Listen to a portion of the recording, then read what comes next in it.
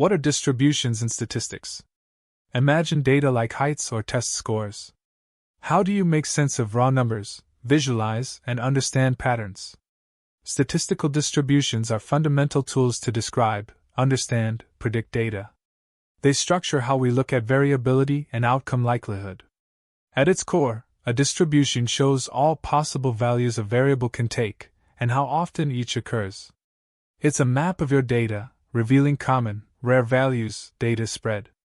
Without understanding the distribution, data analysis is nearly impossible, hindering conclusions or trend identification.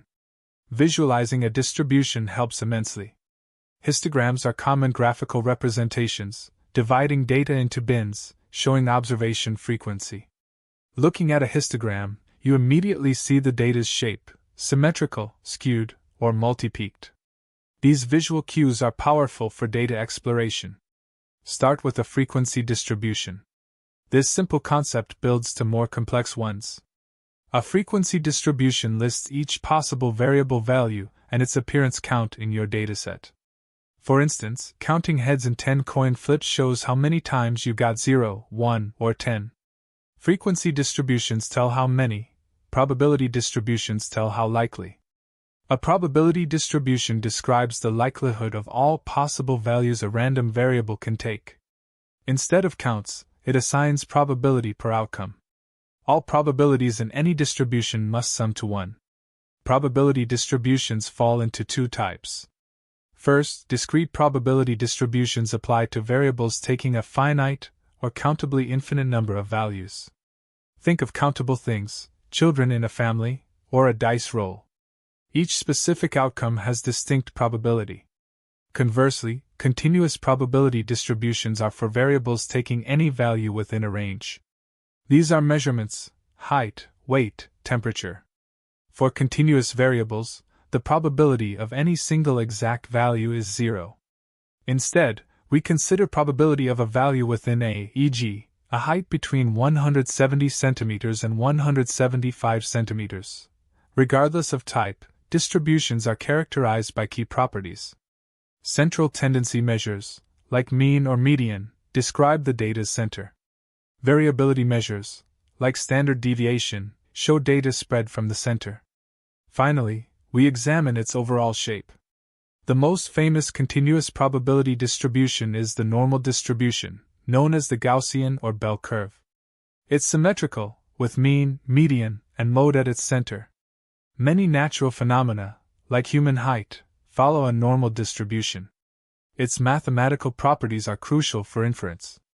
The normal distribution is fully defined by two parameters: its mean mu, centering the curve, and its standard deviation sigma, determining spread. Smaller sigma means data clusters around the mean, yielding a taller, narrower bell curve. Larger sigma results in a flatter, wider curve. A powerful normal distribution aspect is the empirical rule, or 68-95-99.7 rule. It states approximately 68% of data falls within one standard deviation of the mean, 95% within 2, and 99.7% within 3. This offers a quick way to understand data spread without complex math. To compare values from different normal distributions, or assess a data point's distance from the mean, we use z-scores. A z-score, or standard score, indicates how many standard deviations an element is from the mean. The formula is x minus mu over sigma. This standardization puts values on a common scale. Beyond the normal, other crucial distributions exist.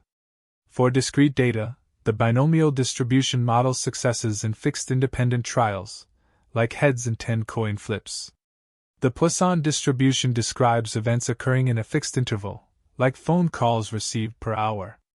For continuous data, the uniform distribution assigns equal probability to all values in a range. Imagine a random number generator picking between 0 and 1. Each has an equal chance. The exponential distribution models time until an event occurs, like time between customer arrivals. While central tendency and variability cover center and spread, skewness and kurtosis describe shape. Skewness measures asymmetry. Positive skew means a right tail, Negative skew a left tail. Kurtosis measures tailedness, indicating outlier presence. High kurtosis implies more extreme values.